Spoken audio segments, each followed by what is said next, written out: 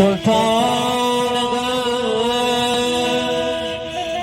چشمات چراغ ماده تنها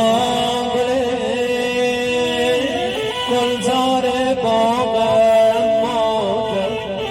بعد از خدا تنها امید ماده من بادایت رو سپید مادر پرستار دل ای روشنی بخش و چراغ منزل مادر